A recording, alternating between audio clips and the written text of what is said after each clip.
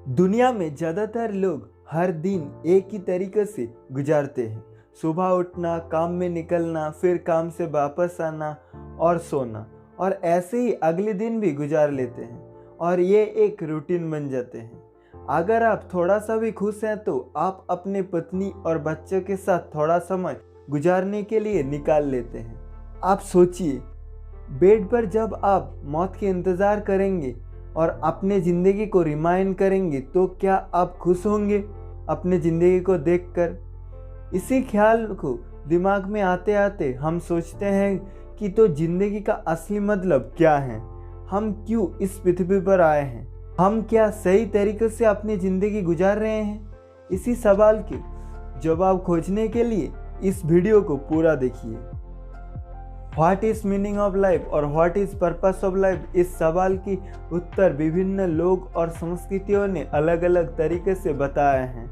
इसका जो मूल भावना निकल कर आते हैं वो एक ही दिशा ही निर्देश करते हैं। जैसे सनातन धर्म अर्थात हिंदुइज्म में जीवन को अध्याय को 4 अंशों में बांटा है। पहला धर्म, अर्थ, कर्म और मोक्ष। धर्म का अर्थ है सदाचार और न्यायपूर्वक कार्य करना। हिंदू धर्म में दूसरा अर्थ है अर्थ, जो किसी के जीवन में समृद्ध और धन की खोज करना, जब तक वो अपने जीवन के प्रयोजन के हिसाब से इसे प्राप्त ना कर ले। कर्म का अर्थ है, हिंदू धर्म में बताया गया है कि आनंद के साथ अपने कार्य करना। इसके बारे में गीता में भी कहा गया है कि कर्म करते जाओ, फल की चिंता मत करो। हिंदुइज्म में सब जीवन का सबसे महत्वपूर्ण अर्थ है मोक्ष है। ये पुनर्जन्म, आत्मसंस्कार और आत्मज्ञान और परमात्मा से मिलती जुलती बात कहते हैं, जो बहुत ही कम लोग समझ पाते हैं। इस्लाम धर्म में मानव जीवन का असली अर्थ है अल्लाह को जानना और उनकी पूजा करना, जीवन को सही उद्देश्य को खोजना, जहाँ बहुत सारे लॉजिकल और रैशनल रीज़न हैं किसी भी रचनात्मक अर्थात गॉड पर विश्वास करने के लिए। इसे आप अरब न्यूज़ के आर्टिकल पर कहा गया है, जिसे आप पढ़ सकते हैं। साइकोलॉजी की दुनिया में इसे बताया गया है कि जिंदगी एक सफ़ेद पन्ने की तरह होती है। ये आपके हाथ में है कि आप इसे क्या बनाना चाहते हैं।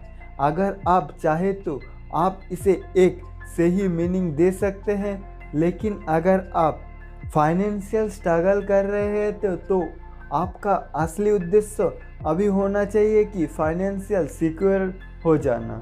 उसके बाद आप अपने सपने की तरफ कदम बढ़ा सकते हैं और तब आप स्पिरिचुअल लाइफ की तरफ बढ़ सकते हैं। लेकिन हार्ड रियलिटी ये है कि एक्चुअली में जीवन की कई उद्देश्य नहीं है। इसे आप उद्देश्य दे सकते हैं। The man search for meaning के लेखक विक्टर फ्रैंकल इसके बारे में कहते हैं, मनुष्य को ये नहीं पूछना चाहिए कि उसके जीवन का अर्थ क्या है, बल्कि ये पूछना चाहिए कि ये वही है जो पूछा जाता है। एक शब्द से प्रत्येक आदमी को जीवन से पूछताछ किया जाता है और वो केवल जीवन के लिए ही उत्तर देकर जीवन का उत्तर पा सकते हैं। जीवन के लिए वो केवल जिम्मेदार हो सकते हैं।